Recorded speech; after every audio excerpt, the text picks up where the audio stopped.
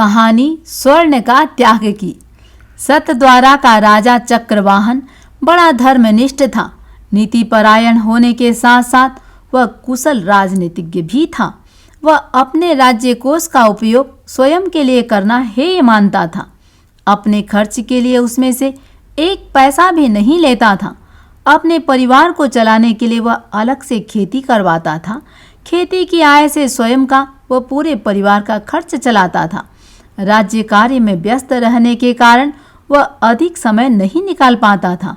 अतः अर्थ की तंगी प्रायः बनी ही रहती थी। इस कारण उसे मोटा खाना और हाथ का बना मोटा कपड़ा पहनना पड़ता था। फिर भी राजा रानी दोनों इसी में प्रसन्न थे। उनका स्वभाव स्वतः ही सहज बन गया था। राजा स्वयं हाथ से कपड़ा भी बुनता था। उसका जीवन पूरे पुरुषार्थ के साथ चलता था। उसमें नाम मात्र भी विलासिता नहीं थी। वह सत्य का पुजारी था। राजा और रानी राज्य की प्रजा के लिए सादगी व आदर्श के प्रतीक थे। वे त्यागमय जीवन बिताते थे। महारानी भी राजा के स्वभाव के अनुकूल ढल चुकी थी। वह स्वयं भी कपड़ा बनाने में सहयोग करती और सादगी से रहती थी। वह अपने पतिदेव के प्रत्येक अनुष्ठान में बहुत रुचि रखती थी और उसे हृदय से स्वीकार भी करती थी। एक दिन अमीर घरों की कुछ स्त्रियां महारानी से मिलने गई। रानी के साधारण परिधान को देखकर वे दंग रह गई। सोचने लगी, यह क्या, देश की साम्राज्ञी के ये परिधान, यह तो मेल खाने वाली बात नहीं है। हम समृद्धि में इनके सामने कुछ भी नहीं है। फिर भी हमारा परिधान महारानी से श्रेष्ठ है। एक महिला से रहा नहीं गया। बोली, महारानी जी, आपका साधारण परिधान हमें बहुत अखरता है। आपको तो बेशकीमती कपड़े और अच्छे आभूषण धारण करने चाहिए। यह राज्य की प्रतिष्ठा का प्रश्न है। आपसे तो हमारे ही आभूषण और परिधान अच्छे हैं। देखिए, हमारे और आपके परिधानों में कितना अंतर है। आप राजमहल में विराजती हैं, अतः आपसे अनुरोध है कि राजघराने के अनुरूप ही आप आभूषण और परिधान धारण करें। सुनकर रानी का मन विचलित हो गया। श्रेष्ठ स्वर्णाभूषण और सुंदर परिधानों के लिए उसका मन मचल उठा। रात्रि में राजा के समक्ष उसने अपनी भावना रखी और आग्रह पूर्वक कहा, कुछ भी हो, मुझे आभूषण और सुंदर परिधान चाहिए। अब मैं दासी जैसे परिधान में नहीं रह सकती। राजा पहले तो सुनकर चौंका, फिर रानी के हठ को देखकर उसे बहुत समझाया, किंतु वह सब व्यर्थ गया। राजा चिंता में पड़ गया। रानी की कामना पूर्ति कैसे करूं? कोष से वह कैसे धन ले सकता है? बिना धन के आभूषण कहाँ से आएंगे? कई तरह के विचार उसके मस्तिष्क में आए। काफी सोच विचार के पश्चात आखिरकार एक समाधान निकल आया। उसने सोचा, मैं मांडलिक राजा हूँ। मुझे किसी भी राजा से कर मांगने का पूर्ण अधिकार है। दूसरे दिन प्रातः राजा ने अपने मंत्री को बुलाकर कहा, स्वर्णभद्रा नगरी के राजा ब्रह्मदत्त से 1.25 मन सोना कर के रूप में तुरंत वसूल किया जाए। मंत्री आदेश लेकर तुरंत रवाना हो गया। उसने राजा ब्रह्मदत्त से अत्यंत विनम्र शब्दों में अपने राजा की बात कही। स्वाभाविक था, राजा ब्रह्मदत्त ने इसे अपना अपमान समझा। स्वर्णभद्रा के राजा से कर के रूप में सोना मांगने का साहस किसमें हो सकता था? लगता है राजा चक्रवाहन की बुद्धि फिर गई है और वह मरना ही चाहता है। उसकी सभा में चारों ओर से युद्ध की मांग होने लगी।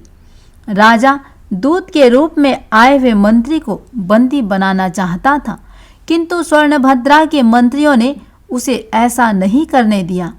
तब राजा चक्रवाहन का मंत्री बोला, आप विचार कर लीजिए, कल मैं पुनः उपस्थित होऊंगा। रात भर राजा ब्रह्मदत्त को नींद नहीं आई। उधर छावनी में रात भर युद्ध की तैयारियां होती रही। रानी मृणाला ने राजा की चिंता का कारण जानना चाहा। उसने रानी को सारी घटना सुनाई और अंत में बोला, एक छोटा सा राजा इतना दुस्साहस करे, यह कैसी विडंबना है। चक्रवाहन को दंड दिए बिना मुझे कैसे नींद आ सकती है? रानी ने कहा, चक्रवाहन को आप छोटा समझते हैं, यह आपका भ्रम है। वर्तमान में चक्रवाहन का प्रभाव चक्र सर्वत्र चल रहा है। इस तथ्य को कोई नकार नहीं सकता। मेरा तो निवेदन है कि 1.25 मन सोना कर के रूप में भेज दो।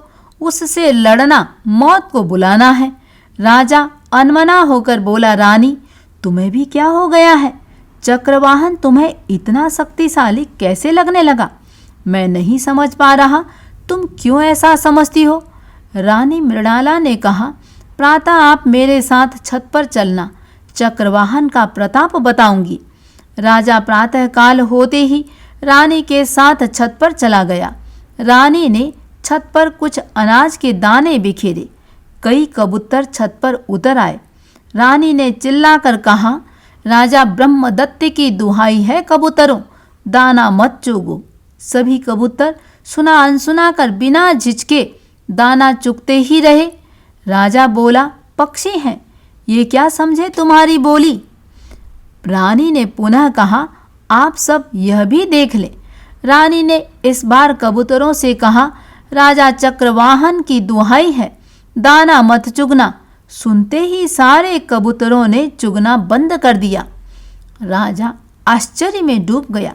रानी ने दुहाई हटाई, कबूतरों ने फिर दाना चुगना शुरू कर दिया। दूसरे दिन चक्रवाहन का मंत्री राजा ब्रह्मदत्त के पास पहुंचा। उसने राजा से कहा, आप मेरे साथ उद्यान में चले, वहां मैं हमारे महाराज चक्रवाहन का प्रभाव आपको बतलाता हूँ। राजा उद्यान में गया।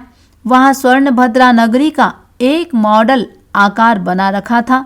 मंत्री बोला, राजा चक्रवाहन की दुहाई है, पूर्वी द्वार के कंगूरे टूट जाएं। मंत्री के कहते ही मॉडल के द्वार के कंगूरे टूट पड़े। साथ ही स्वर्णभद्रा नगर के पूर्वी द्वार के असली कंगूरे भी टूटकर गिर गए। राजा खड़ा खड़ा यह दृश्य देखता रहा।